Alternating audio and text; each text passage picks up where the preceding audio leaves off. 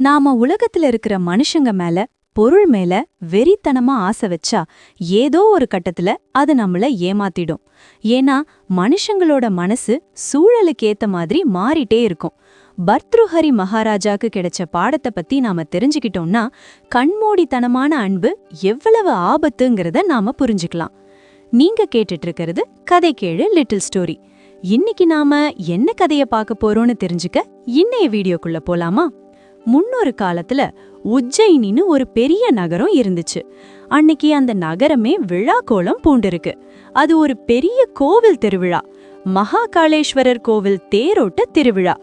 ஊரே மகிழ்ச்சி வெள்ளத்துல இருக்க எங்கும் சந்தன மணம், கோவில் மணியோசை, மேளதாளம்னு மிரட்டிக்கிட்டு இருக்கு.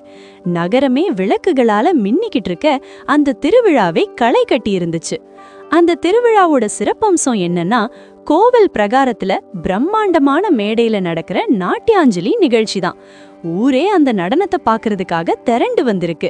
அங்க ஒரு அழகான பெண் நாட்டியாஞ்சலி நடனமாடிக்கிட்டு இருந்தா. அவள் ஆடும்போது வரும் அந்த சலங்கையொலி அங்கிருந்த மக்கள் காதுகளை கொள்ளையடிச்சது. அப்போதான் அந்த திருவிழாவுக்கு தலைமை தாங்க கம்பீரமா மன்னர் பர்த்ருஹரி மற்றும் ராணி பிங்களை வர்றாங்க. நாட்டு மக்கள் அவங்கள பார்த்து கோஷமிடுகிறாங்க. பாக்குறவங்க எல்லாருக்கும் அவங்க தான் உலகத்திலேயே மிகச்சிறந்த தம்பதியினர்னு தோணும். அந்த அளவுக்கு அவங்க ஜோடி பொருத்தம் அசத்தலா இருக்கும்.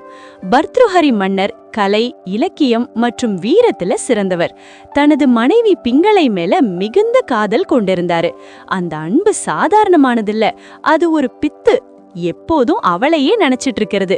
தன் மனைவியை தவிர வேற எதையுமே பெருசா பொருட்படுத்தவும் மாட்டாரு. அப்போதான் அவரோட குரு அந்த கோவில் திருவிழாக்கு வர்றாரு. அப்போ அரசர் தன் மனைவி பிங்களை மேல வச்சிருந்த எல்லையற்ற காதல தன் குரு கிட்ட பேசினாரு. குருவே, அவள்தான் என் உலகம், அவள்தான் என் உயிர். அவள் இல்லாமல் என்னால் ஒரு நிமிடம் கூட இருக்க முடியாது. அவள் மீது நான் வைத்திருக்கும் அன்புதான் என் வாழ்க்கைன்னு உருகி உருகி சொல்றாரு. அதை கேட்ட குரு லேசா ஒரு சிரிப்பு சிரிச்சுட்டு, மன்னா, நீ சொல்வது அன்பு அல்ல, அது வெறும் மயக்கம், அதாவது மாயை. உனக்கு உன் அன்பின் உண்மையான முகம் புரியவில்லை. இதோ இந்த பழத்தை வைத்துக்கொள். இதை சாப்பிடுபவர்கள் என்றும் இளமையோடு இருப்பார்கள், மரணமே வராது. இதை உன் மனைவியிடம் கொடுத்து பார். அவள் உன்னை எந்த அளவுக்கு உண்மையாக நேசிக்கிறாள் என்பதை நீயே உணர்வாய்ன்னு சொல்லிட்டு ஒரு பழத்தை கொடுத்து அனுப்புறாரு.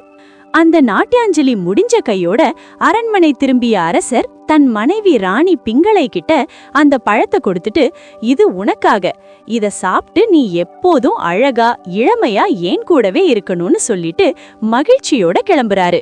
மன்னர் வெளியே போனதும் அவ பொறுமையா இருக்கல. ரகசியமா ஒரு காவலனை அனுப்பி ஒரு இளைஞனை கூட்டிட்டு வர சொல்றா. அந்த அறையில் விளக்கு வெளிச்சம் மங்களா எரிஞ்சுக்கிட்டு இருக்கு. ஆனா பிங்களையோட மனசுல வேற ஏதோ ஒரு பிம்பம் ஓடிக்கிட்டு இருக்கு. மன்னர் அவள் மேல வச்சிருக்க அந்த எல்லையற்ற அன்பு அவளுக்கு ஒரு பாரமா தெரியுது. அவளுக்கு தேவையெல்லாம் அரண்மனை குதிரை லாயத்துல வேலை செய்யற அந்த இளைஞனோட காதல் மட்டும்தான். அந்த நேரத்துல அந்த இளைஞனும் பயத்தோட உள்ள வர்றான். அரண்மனையோட அந்தப்புறம், அதுவும் ராணியோட அறை. அவனுக்கு ஒரே பதற்றம். ஆனா ராணி பிங்களை அவனை பார்த்ததும் அவங்க கிட்ட இருக்கிற எல்லா பதற்றத்தையும் மறந்துட்டு அவன் கைகளை பிடிச்சுக்கிறா. கண்ணுல ஒரு விதமான ஏக்கத்தோட அந்த பழத்தை அவன்கிட்ட நீட்டுறா. அவன் அதிர்ச்சியாகி பின்வாங்குறான். ராணி தாயே, இது என்ன? நீங்க என்ன பண்றீங்க? இது மன்னர் உங்களுக்கு பரிசா கொடுத்ததில்ல. இத நான் எப்படி தொட முடியும்? இது பெரிய தப்புன்னு தயங்குறான். பிங்களை அவனோட கைகளை பிடிச்சுக்கிட்டு ரொம்ப உருக்கமா பேசுறா. இந்த அரியணை, அதிகாரம், புகழ் எதுவுமே எனக்கு வேண்டாம். இந்த உலகத்துல நான் உண்மையா நேசிக்கிறது உன்னை மட்டும்தான். எனக்கு தெரியும், இந்த வாழ்க்கையில மரணம் உண்டு, முதுமை உண்டு. ஆனா நீ என்றும் இளமையோட என் கூடவே இருக்கணும். இந்த இளமை உனக்கு கிடைச்சா அதுதான் எனக்கு கிடைக்கிற மிகப்பெரிய சந்தோஷம். இந்த இளமையை விட மேலான பரிசு உனக்கு வேற என்ன கொடுக்க முடியும்னு சொல்லி அந்த பழத்தை அவன்கிட்ட கொடுத்துட்டு அவளையே ஒரு தியாகியா நினைச்சுக்கிறா. அவ மனசுல என்னன்னா, ராஜா கொடுத்த அன்பை நான் என் காதலுக்காக தியாகம் பண்ணிட்டேன், இதுதான் உண்மையான காதல்னு நினைக்கிறா. ஆனா பிங்களைக்கு தெரியல, அவ யாருக்காக இந்த அரியணையே உதறி தள்ளிட்டு இப்படி துரோகம் பண்றாளோ அந்த இளைஞனுக்கு அவள் மேல கொஞ்சம் கூட காதல் இல்லைன்னு. அவ அந்த பழத்தை வாங்குறான், ஆனா அவனுக்கு ராணி மேல காதல் இல்ல. இப்போ அவன் கண்ணு முன்னாடி தெரிஞ்சது ராணி பிங்களை இல்ல, அந்த கோவில் திருவிழால ஆடிட்டு இருந்த அந்த நடன மங்கை தான். அவ மனசுக்குள்ள என்னன்னா, இந்த ராணி மேல எனக்கு என்ன காதல், இதோ இந்த பழம் கிடைச்சிருச்சு, இத கொண்டு போய் அந்த நடன மங்கையிட்ட கொடுத்தா அவ இன்னும் அழகா ஆடுவா, நான் அவளை அடைய முடியும்னு நினைக்கிறான். அந்த வாலிபன் அந்த நடன மங்கையை எப்படியோ தேடி பிடிச்சு அந்த பழத்தை அவங்கிட்ட நீட்டுறான். அவன் கண்ணுல ஒரு விதமான பேராசை. அவ அந்த பழத்தை பாக்குறா, ஆனா அந்த வாலிபன் மேல அவளுக்கு ஒரு துளியும் ஈடுபாடு இல்ல. அவ மனசுல என்ன ஓடுதுன்னா, அந்த ஊர்ல மண்பாண்டம் அகல் விளக்குகள் செய்யற ஒரு ஏழை குயவன் இருக்கான் பாருங்க, அவனோட கலை திறமை மேல அவனோட எளிமை மேல அவளுக்கு ஒரு தனி மரியாதை, ஒரு ரகசிய காதல். அவ நினைக்கிறா, இந்த வாலிபன் ஏதோ ஆசையில இத கொடுக்கறான், ஆனா எனக்கு அந்த வாலிபன் வேண்டாம். என் மனசுக்கு பிடிச்ச அந்த குயவன் எவ்வளவு கஷ்டப்பட்டு விளக்குகள் செய்யறான், அவனுக்கு தான் இந்த நீண்ட ஆயுளும் இளமையும் கிடைக்கணும், அவன் நல்லா இருந்தாதான் என் மனசுக்கு நிம்மதின்னு ஒரு முடிவெடுக்கிறா. அவ அந்த வாலிபனை அப்படியே சமாதானப்படுத்தி அனுப்பி விட்டுட்டு நேரா அந்த குயவன் வேலை செய்யற இடத்துக்கு போறா. அவன் தான் பானை சக்கரத்துல மண்பாண்டம் செஞ்சிட்டு இருக்கான். அவனை பார்த்ததும் அவ மனசு உருகி போயிட்டா. அந்த பழத்தை அவன்கிட்ட கொடுத்து, இது உன் கலைக்கு நான் தர்ற பரிசு, இத நீ சாப்பிடு, நீ இன்னும் நீண்ட காலம் வாழ்ந்து இந்த உலகத்துல அழகா விளக்குகள் செஞ்சுக்கிட்டே இருக்கணும்னு அவ ரொம்ப உருக்கமா சொல்றா. அந்த குயவன் கையில அந்த பழம் வருது. அவன் ஒரு சாதாரண மனுஷன்தான், ஆனா ரொம்ப நேர்மையானவன். அந்த பழத்தோட மகிமைய அவன் உணர்ந்தானோ இல்லையோ, அவன் மனசுல ஒண்ணு மட்டும் பளிச்சுன்னு தோணுது. அவன் நினைக்கிறான், நான் ஒரு சாதாரண குயவன், என்னோட கலை எனக்கு போதும், ஆனா இந்த நாடு இவ்வளவு அமைதியா செழிப்பா இருக்குன்னா அதுக்கு காரணம் நம்ம மன்னர் பர்த்ருஹரி தான். அவர் நல்லா இருந்தாதான் இந்த நாடே நல்லா இருக்கும். இந்த மாதிரி ஒரு தெய்வீகமான பழத்தை சாப்பிடுற தகுதி எனக்கு இல்ல, இது நம்ம மன்னருக்கு தான் போய் சேரணும்னு உறுதியா முடிவெடுக்கிறான். அவன் அந்த பழத்தை எடுத்துக்கிட்டு துணிச்சலா அரண்மனைக்கு ஓடுறான். மன்னர் பர்த்ருஹரி தன் அந்தப்புற அறையில ஏதோ ஒரு யோசனையில உட்கார்ந்திருக்காரு. அந்த சமயம் அந்த ஏழை குடியவன் பயபக்தியோட உள்ள வர்றான். மன்னா, நீங்க தான் இந்த நாட்டுக்கே ஒளி, நீங்க நீண்ட ஆயுளோட வாழணும்னு சொல்லிட்டு அந்த பழத்தை அவர் கையில கொடுக்கறான். அந்த பழத்தை பார்த்ததும் அவர் அப்படியே உறைஞ்சு போய் நிக்கிறாரு. என்னது, கொஞ்ச நேரத்துக்கு முன்னாடி தானே இதை என் மனைவி பிங்களை கிட்ட கொடுத்தேன், இது எப்படி இந்த குயவன் கைக்கு வந்ததுன்னு அவருக்கு தூக்கி வாரி போட்டுடுச்சு. அந்த அதிர்ச்சியிலிருந்து மீண்டு நிதானமா அந்த பழத்தோட பயணத்தை துப்பறிய ஆரம்பிக்கிறாரு. ஒவ்வொருத்தரா கூப்பிட்டு விசாரிக்கும் போது அந்த சங்கிலி தொடர் அப்படியே மன்னர் கண் முன்னாடி ஒரு பிளாஷ்பேக் மாதிரி விரியுது. ராணி தான் உயிர்னு நினைச்சா அந்த இளைஞனை அடைய தான் தியாகம்னு நினைச்சு செஞ்ச வேலை கடைசியில மன்னரோட துரோகமா வந்து நிக்குது. இப்போ மன்னருக்கு பளிச்சுன்னு புரிஞ்சுது, தான் உயிரை கொடுத்து நேசிச்ச பிங்களைக்கு தான் மேல துளியும் அன்பில்ல.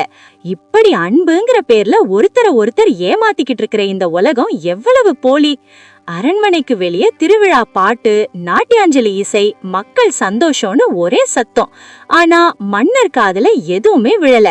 அங்க ஒரு பெரிய நிசப்தம். அவர் மெதுவா தன் குரு சொன்ன வார்த்தைகளை நினைச்சு பாக்குறாரு. அன்புங்கிறது வெறும் மாயை.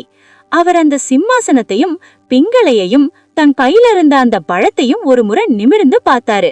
அவருக்கு தெரிஞ்சது, இது எதுவுமே நிரந்தரமில்ல, இது ஒரு நாடகம்னு. அந்த நொடியே எந்த ஒரு தயக்கமும் இல்லாம, எந்த ஒரு ஆசையும் இல்லாம தூக்கி எறிஞ்சிட்டு கிளம்பிட்டாரு. அவர் கிளம்புனது அந்த அரண்மனையை விட்டு மட்டும் இல்ல, இந்த உலகியல் வாழ்க்கையே விட்டுட்டு ஒரு துறவியா தன்னோட நிஜமான பயணத்தை தொடங்கினாரு. இதுதான் பர்த்ருஹரியோட வாழ்க்கையில நடந்த அந்த பெரிய மாற்றம். எவ்வளவு பெரிய ராஜா, ஆனா ஒரே நிமிஷத்துல உண்மைய உணர்ந்து அந்த பிடிய விட்டுட்டாரு.